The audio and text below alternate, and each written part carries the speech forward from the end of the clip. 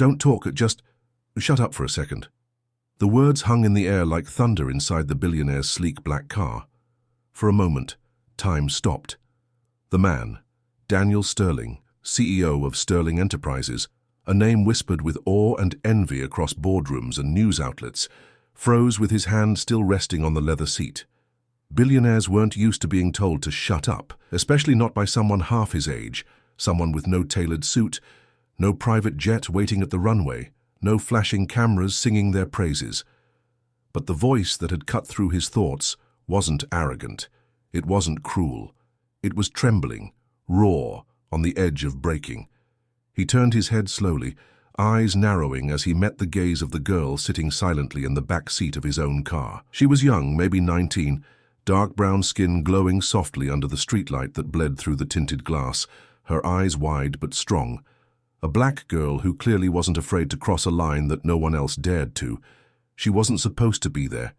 His driver, Marcus, looked nervously through the rearview mirror, uncertain whether to speak, whether to throw her out, or whether to just keep driving. Daniel's lips parted. "Excuse me? Who are you and how did you get into my car?" His voice was measured, stern, yet beneath it ran a current of disbelief. She didn't answer right away. She just stared at him, her hands clenched tightly in her lap.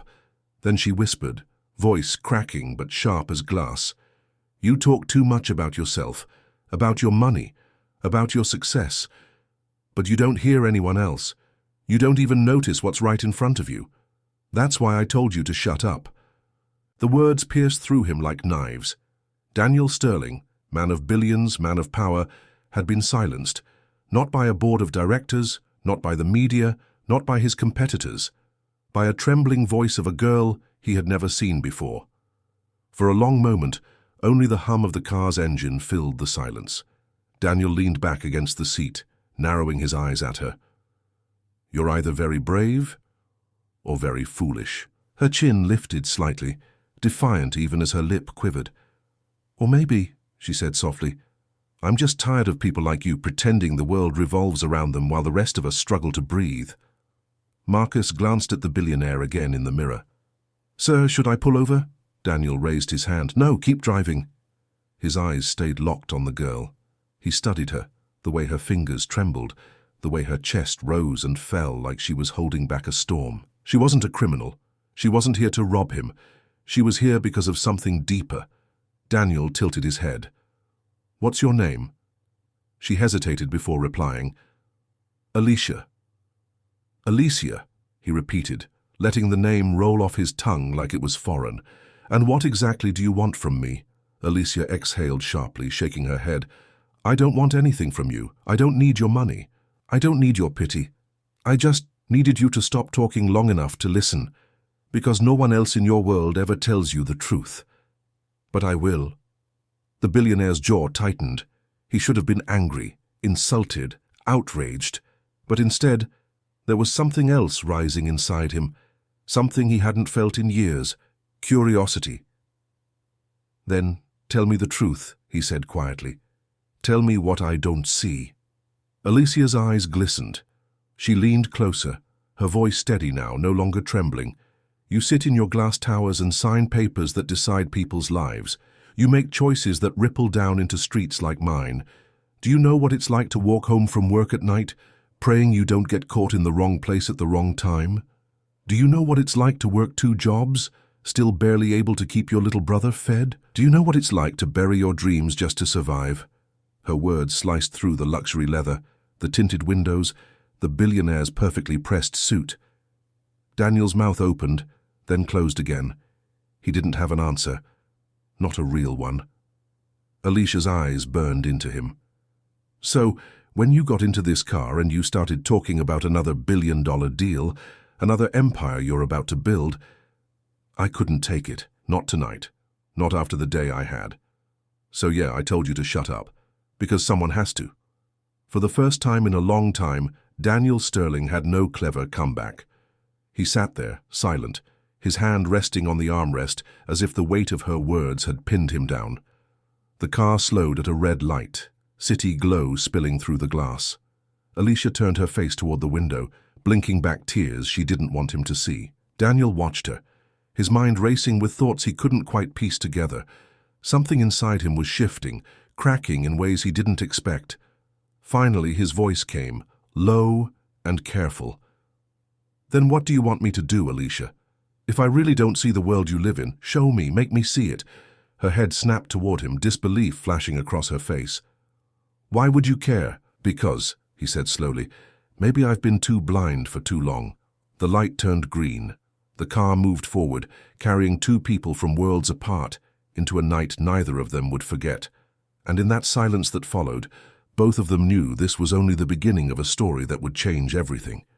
The city lights flickered against the glass as the car continued through the streets. Neither spoke for a while, the silence heavier than any argument could have been. Daniel Sterling, the man who always commanded every room he walked into, found himself wordless in front of a girl who had slipped into his car like a ghost with a purpose. Finally, Alicia broke the silence.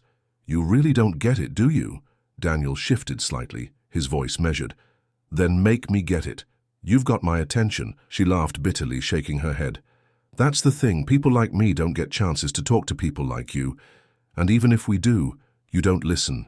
You nod, you smile, then you go back to your world, untouched, unshaken. So why would this be any different?" Daniel leaned forward, elbows resting on his knees, his tone softer than before. "Because maybe for once, I want it to be different." The word startled even him. Daniel Sterling didn't admit vulnerability.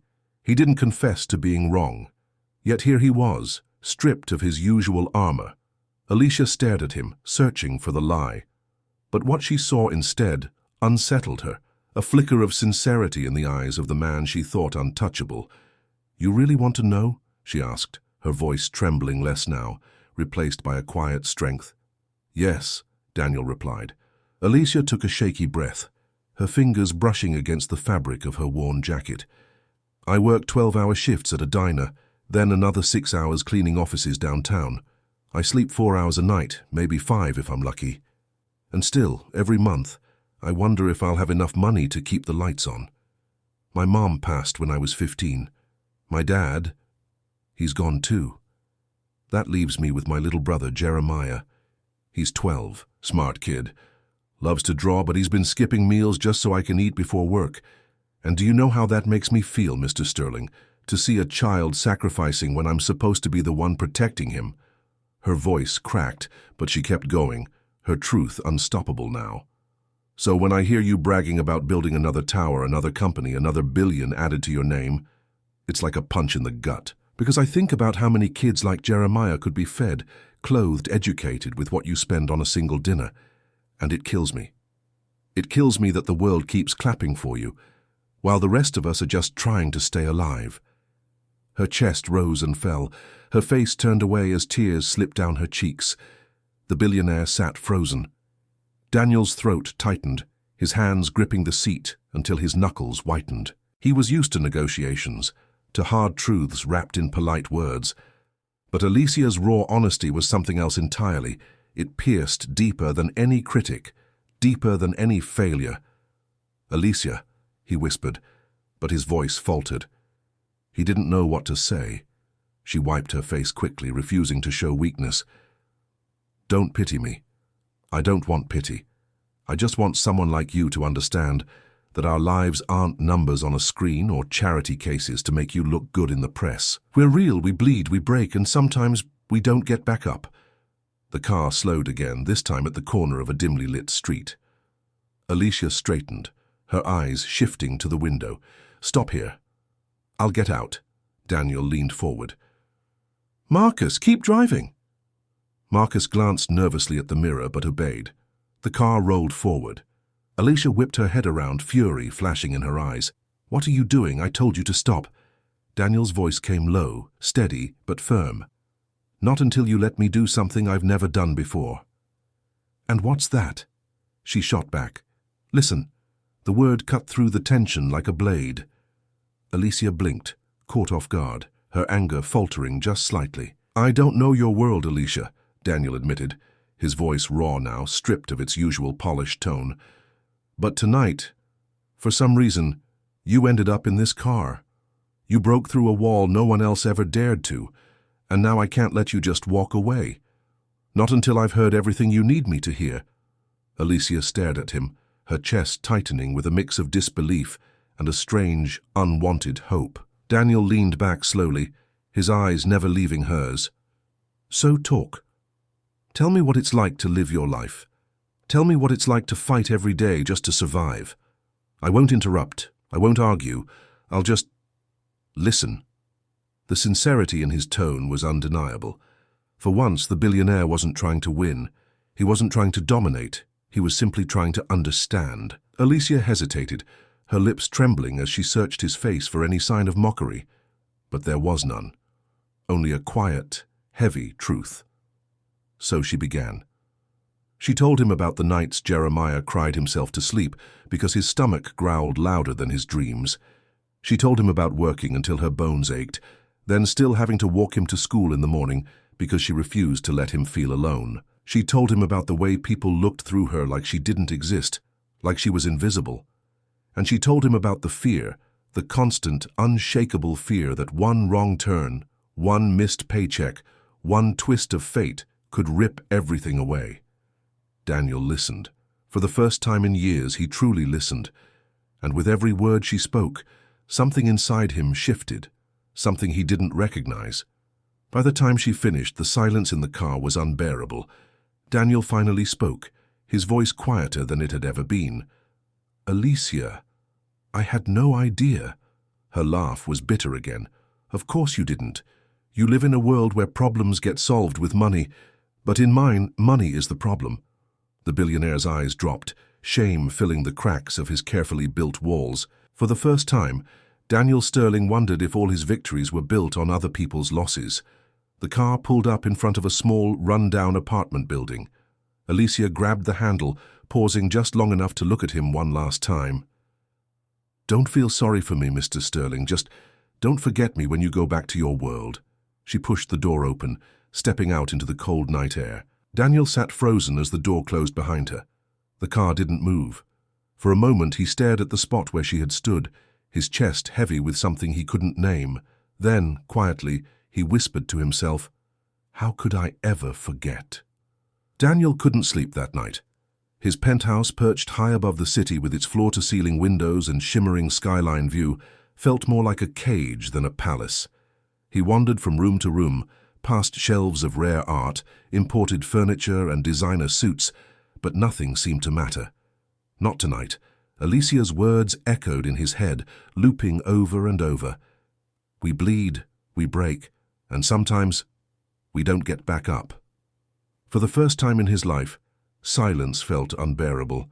Not the silence of the room, but the silence inside him, the silence of years spent ignoring voices like hers. He poured himself a drink, set it down untouched, and finally sat by the window, staring at the city below. By morning, his assistant was waiting in his office, rattling off numbers and schedules. Daniel, distracted, raised his hand. "Cancel today's meetings." The assistant blinked. "All of them, sir, you have—" "Cancel them," Daniel repeated. His voice was sharper than intended, but his decision was final. Hours later, he found himself in a neighborhood he'd never set foot in before. Marcus drove silently, glancing back now and then with concern. The streets here weren't lined with polished glass towers or luxury boutiques. Instead, they were cracked sidewalks, faded murals, children playing soccer with worn-out shoes, and families sitting outside small apartments trying to catch a breeze. Daniel stepped out of the car. His expensive shoes met the uneven pavement, his tailored suit looking out of place under the weary stares of passers-by.